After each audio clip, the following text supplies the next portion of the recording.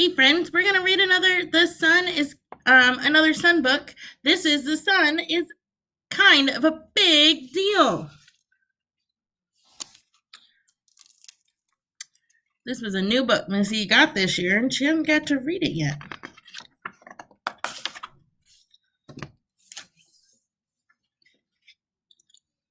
All of the planets and the sun live together in the solar system like a big family. The sun is our solar system's very own star. We learned that in the other book. Seriously, the sun is an actual star. It's the only star in our solar system, and it sits right in the center, holding everything together. So you've got all the planets: Mercury, Venus, Earth, Mars, Jupiter, Saturn, Uranus, and Neptune. Could I have your autograph? It's for my moon. I'll read, these are tiny print. So, what's in the solar system besides the sun and the planets? We have dwarf planets, and we have asteroids, which are small rocky objects that move around between Mars and Jupiter in the asteroid belt. We have meteors, streaks of light created when pieces of space rock or metal speed into Earth's atmosphere. If you can see a shooting star, it's actually a meteor. We have comets, icy rocks that shoot through space and leave a trail of gas and dust. Aliens. Okay, maybe not, but we're always looking for them. And the sun says, oh, hey, guess what? Our solar system is just one of many solar systems that exist. A galaxy is a group made up of billions of solar systems.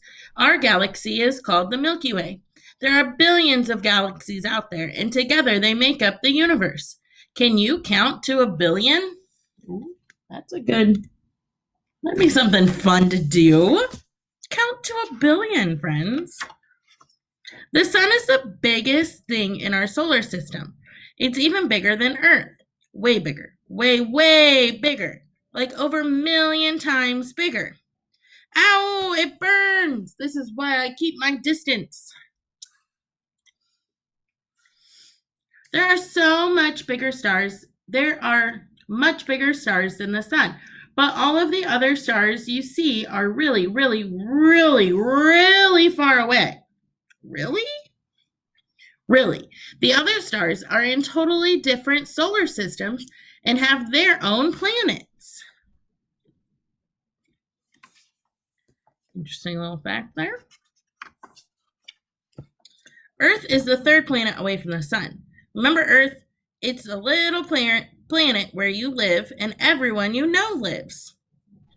I'm the baby, Mercury says. Venus, I'm the hottest planet. Earth, I have cats. Mars, did someone lose a rover? Jupiter, he says, I'm gassy. Saturn, hula hoop champion. Uranus, I spin sideways. Pluto used to be a planet, but scientists decided if it didn't quite fit the definition, now it's called a dwarf planet. Sorry, Pluto. Neptune, it's cold out here. Why do you think it's cold from the sun all the way out to Neptune? And then Pluto says, I'm still here, guys. He just wants to be friends.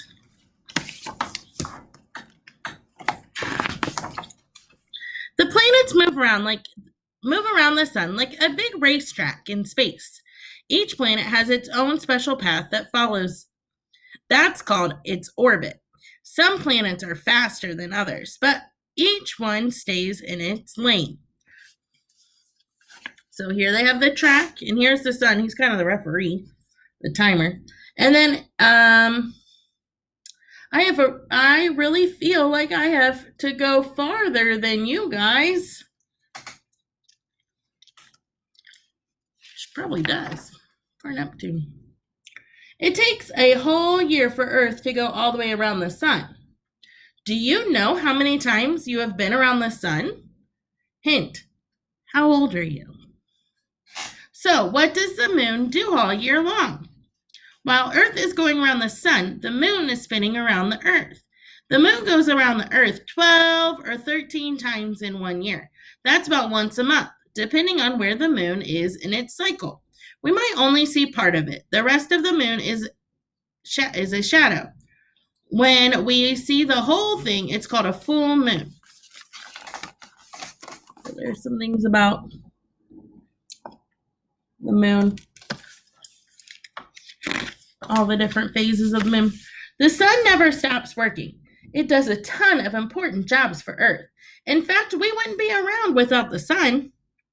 Are you sure you need all of this from me? Yes, every second of every day. Please and thank you. Why is Earth so important? 2 words. Plants and animals. That's 3 words. Still waiting on that autograph. What's this line for?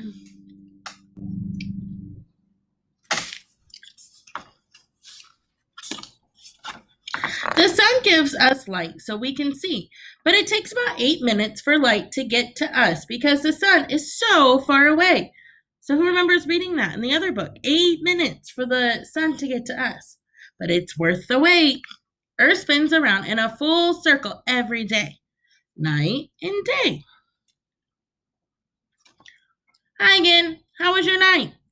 That is why when it's nighttime for you, it's daytime on the other side of the world. Oh, hey, guess what? As one side of the Earth spins away from the sun, it looks like the sun is setting there, and it becomes night. As the side of the Earth spins back toward the sun, it looks like the sun is rising. And you guessed it, breakfast time.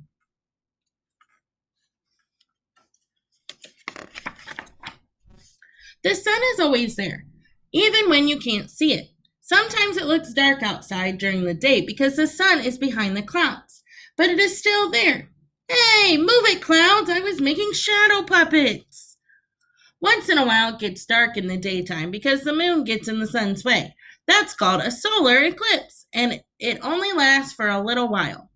Look what I can do. Yes, we are very impressed. Now keep moving.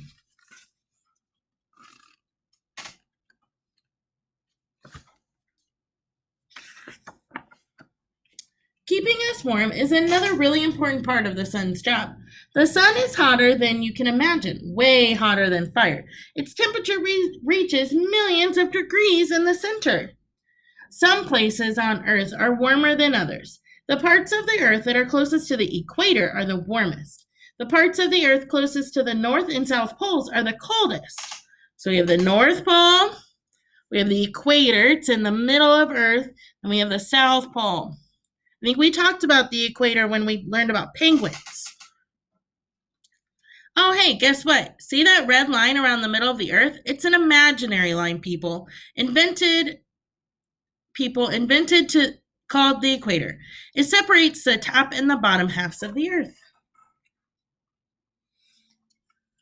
If you were looking from space, you really wouldn't see that red line. That's what they were trying to tell you.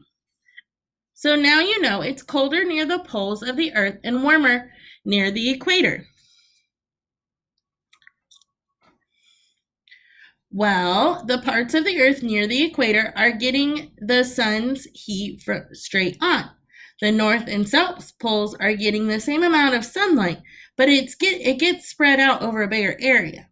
Since these planets have to share the sun's heat, since these places have to share the sun's heat, they don't get quite as warm.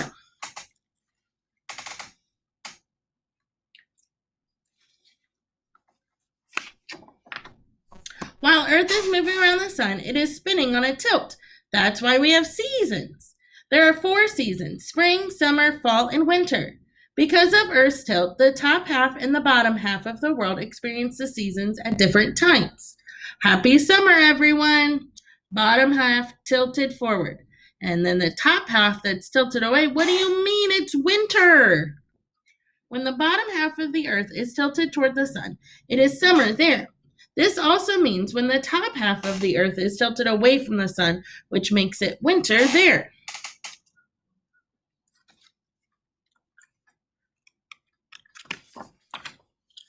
The sun's work isn't done yet. Every day, the sun also has an important job in the water cycle. So we've got condensation and precipitation and evaporation. What happens during the water cycle? Evaporation. Heat from the sun causes water to mix with air, turning it into vapor. That's called evaporation. And then condensation was when the vapor gathers together to make clouds. That's called condensation. And then we have precipitation. Uh-oh, I'm leaking. We're back. Woohoo! Finally, the water comes back down as rain or snow. That's called precipitation.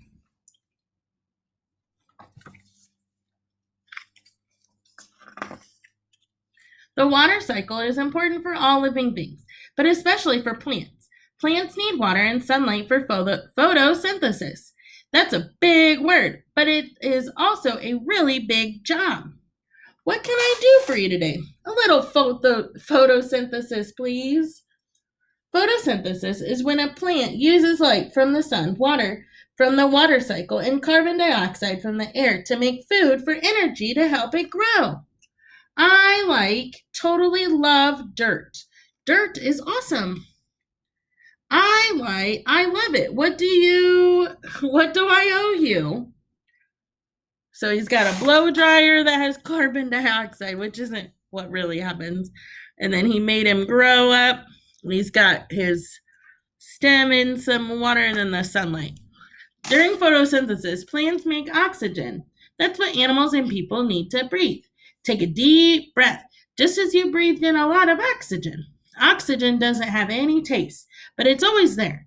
We can't live without it. If the sun wasn't helping out with photosynthesis, we wouldn't have oxygen. You're welcome.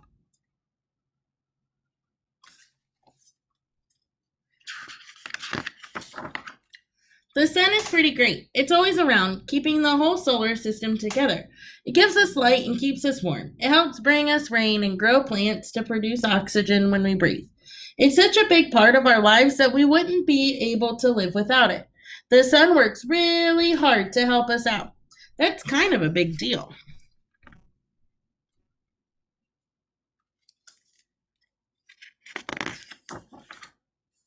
And then there's a glossary. The end. So I hope you like learning about the sun, and I hope you like your science experiment for today about the sun, okay? All right, I hope you have a great day and have a great weekend. I miss you guys tons.